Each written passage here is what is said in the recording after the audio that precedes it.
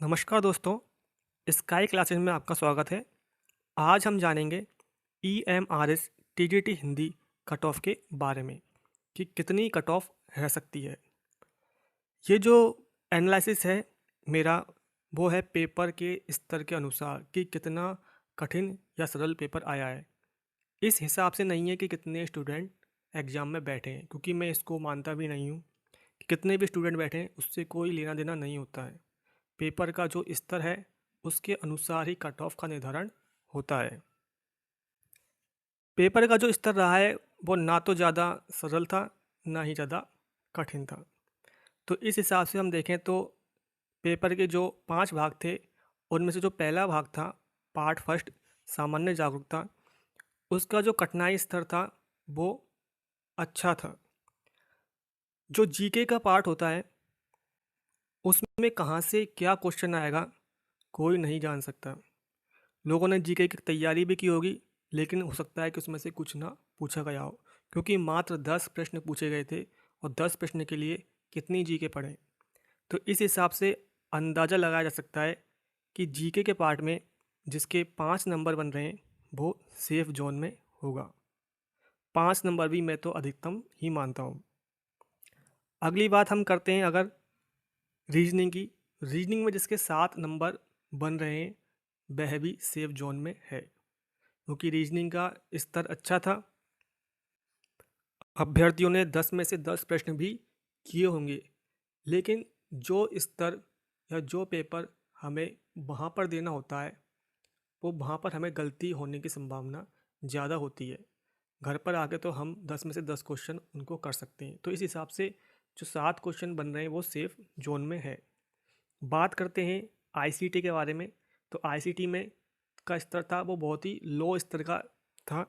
तो 10 में से 10 क्वेश्चन तो हर किसी ने कर दिए होंगे, क्योंकि बहुत ही लो स्तर का क्वेश्चन थे आईसीटी में। जिन्होंने भी अच्छी तैयारी की होगी वो 10 में से 10 मार्क्स ले आया होगा।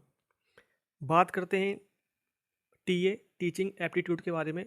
तो टीचिंग एप्टीट्यूड का जो लेवल था वो अच्छा था, यानी कि हार्ड था वो। तो उसमें जिसने 6 क्वेश्चन सही कर दिए होंगे वो सेफ स्तर में या सेफ जोन में माना जा सकता है। बात करते हैं सब्जेक्ट के बारे में।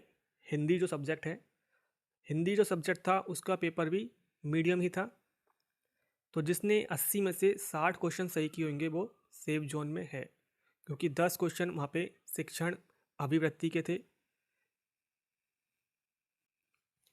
क्योंकि जो सिलेबस में दे रखा था कि एक्सपीरियंटल बेस्ड पेडागोजी, तो इस हिसाब से लोगों ने जाने क्या क्या तैयारी की थी। आप किसी ने कुछ भी तैयारी नहीं की थी कि एक पद्यांश आएगा उसमें से आपको क्वेश्चन छांटने होंगे, तो ऐसा कुछ नहीं हुआ।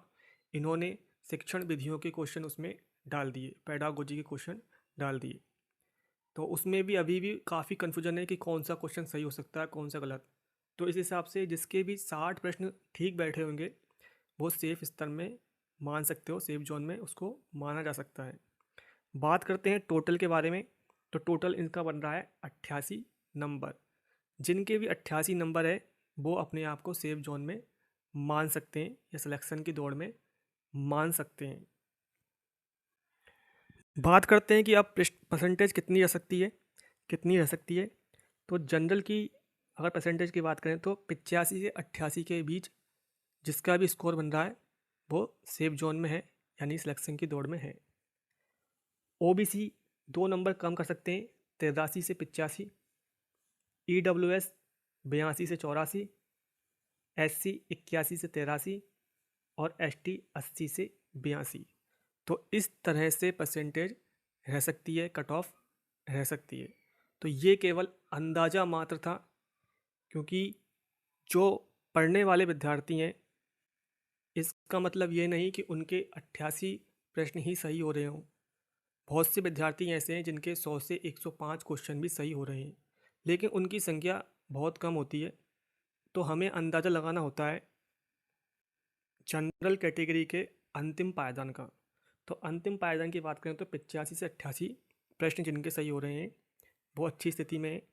और मैं मानता हूँ कि 90 प्लस जिनके सही हो रहे हैं तो वो अपने आप को बिल्कुल सुरक्षित समझें, वो टीचर बन सकते हैं। बात करें अगर अन्य सब्जेक्ट के बारे में, तो एसएसटी का जो पेपर था वो थोड़ा हार्ड था। तो हमने अगर हिंदी में 88 प्रश्न माने, तो एसएसटी में हम 80 मान सकते हैं। 80 जिनके बन रहे हैं वे सेफ जोन में। इसी तरह बाकी सब्जेक्ट का अंदाज़ा भी लगाया जा सकता है, क्योंकि किसी भी सब्जेक्ट में बहुत ज़्यादा अंतर नहीं रहेगा, क्योंकि केवल 120 प्रश्न ही पेपर में आए हैं। ये कोई स्टेट लेवल का पेपर नहीं था जिसमें 500 अंक का पेपर हो। जिस भी पेपर में कम नंबर का पेपर होता है उसमें परसेंटेज अधिक जानने की संभावना रहती है, क्योंकि क्वेश्चन बहुत कम आते हैं। तो ये था हमारा कट ऑफ का एनालिसिस। आपको वीडियो कैसा लगा कमेंट करके ज़रूर बताइएगा। मिलते हैं नेक्स्ट वीडियो में, तब तक के लिए जय हिंद, जय भारत।